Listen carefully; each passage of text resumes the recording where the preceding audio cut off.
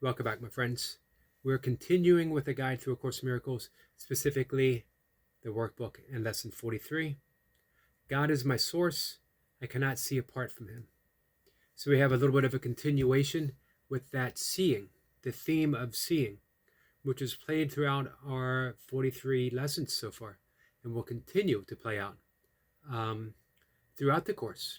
Seeing is important because we are learning to see, not our perceptions, not what we projected outwards. We are learning to see with the divine eye. We are learning to see with the Holy Spirit.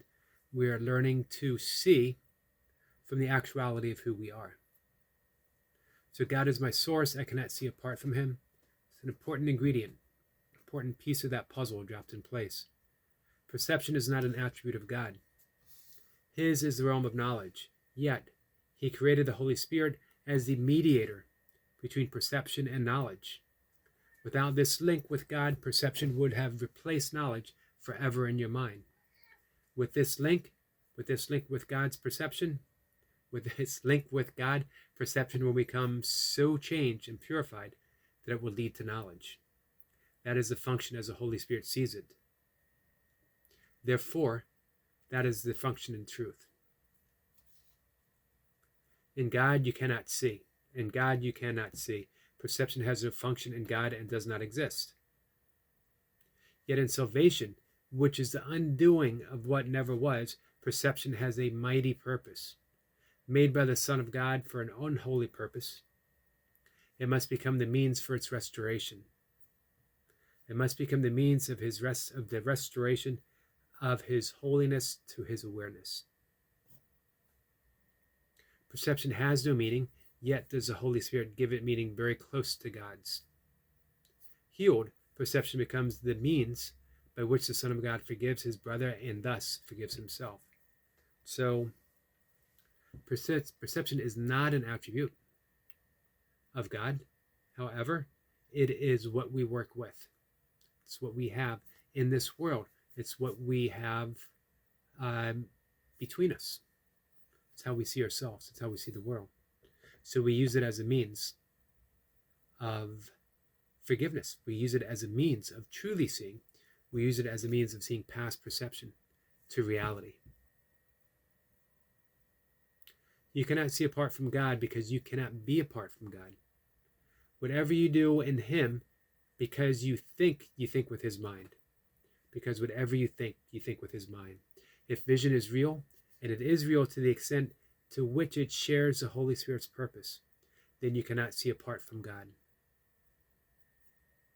3 5-minute practice periods are required today, one as early and one as late as possible in the day. The third may be undertaken at the most convenient and suitable time that circumstances and readiness permits.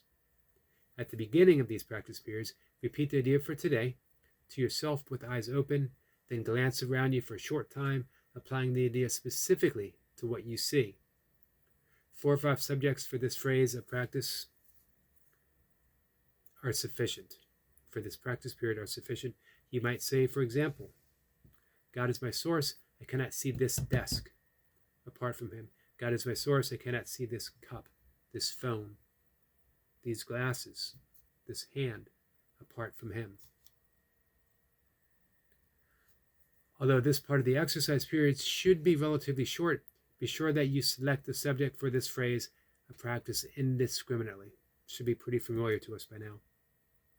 Without self-directed exclusion or exclusion, inclusion or exclusion.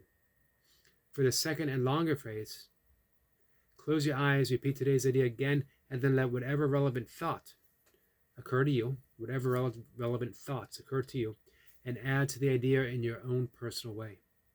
Thoughts such as, I see through the eyes of forgiveness. I see the world as blessed. The world can show me myself. I see my own thoughts, which are like God's. Any thought related more or less directly to today's idea is suitable. The thoughts need not bear any obvious relationship to the idea. They should not be the opposition to them. If you find your mind wandering, if you begin to be aware of thoughts which are clearly out of accord with today's idea, Or if you seem to be unable to think of anything, open your eyes, repeat the phase of the exercise period, the first phase of the exercise period, and then attempt the second phase again. Do not allow any protracted period to occur in which you become preoccupied with irrelevant thoughts. Return to the first phase of the exercise as often as necessary to prevent this. In applying today's idea in the shorter practice periods, the form may vary according to the circumstances and situations in which you find yourself during the day. When you are with someone else, for example, try to remember to tell him silently, God is my source, I cannot see apart from him. This form is equally applicable to strangers, as is to those who think are closer to you. In fact, try not to make distinctions of this kind at all. Today's idea should be applied throughout the day to various situations and events that may occur, particularly to those which seem to distress you in any way. For this purpose, apply the idea in this form. God is my source, I cannot see apart from him. If no particular subject presents itself to your awareness at the time, merely repeat the idea in its original form. Try today not to allow any long periods of time slip by without remembering today's idea, and thus remembering your function. Our function is to see.